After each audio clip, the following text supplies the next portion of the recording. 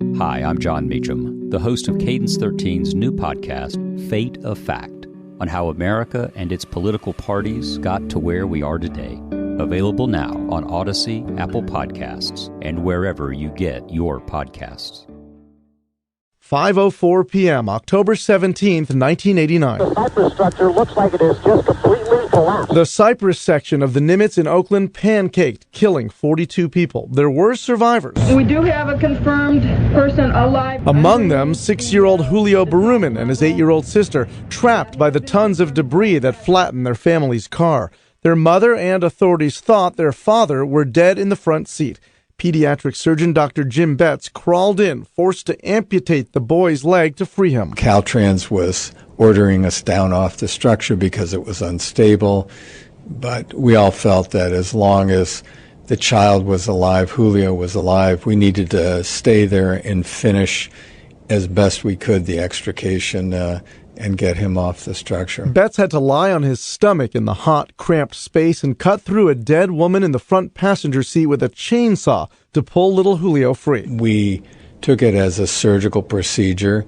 We all agreed that no matter who the people in the front seat were, that in order to save this child's life, that they would allow us to do that. Betts was stunned when the children's father showed up at the hospital looking for them. I remember getting chills a little up and down my spine and thinking, oh my gosh, wait a second, who was in the vehicle? It turned out Berumen's mother and a family friend, another woman, were the dead. Father and 2 kids are still with us today, living in the East Bay. I haven't had contact with either Julio or his sister, Kathy, in decades.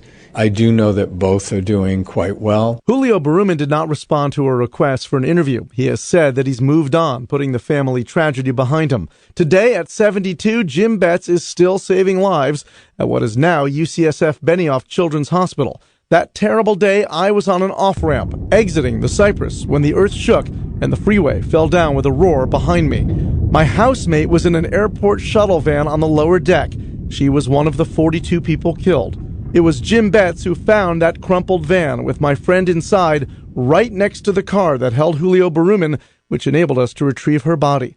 That trauma taught me and Betts never to take a single moment for granted and always be ready for anything. When I'm driving, I try and have my situational awareness of where I am.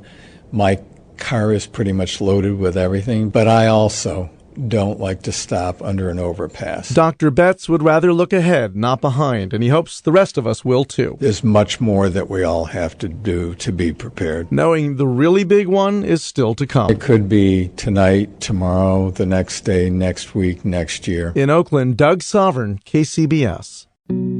I'm John Meacham. Welcome to Fate of Fact, Season 1. This series is about how and why fact became a casualty of war in the United States. Please listen and follow Fate of Fact, a presentation of Shining City Audio, a John Meacham and C13 original studio. Available now for free on Odyssey, Apple Podcasts, or wherever you get your podcasts.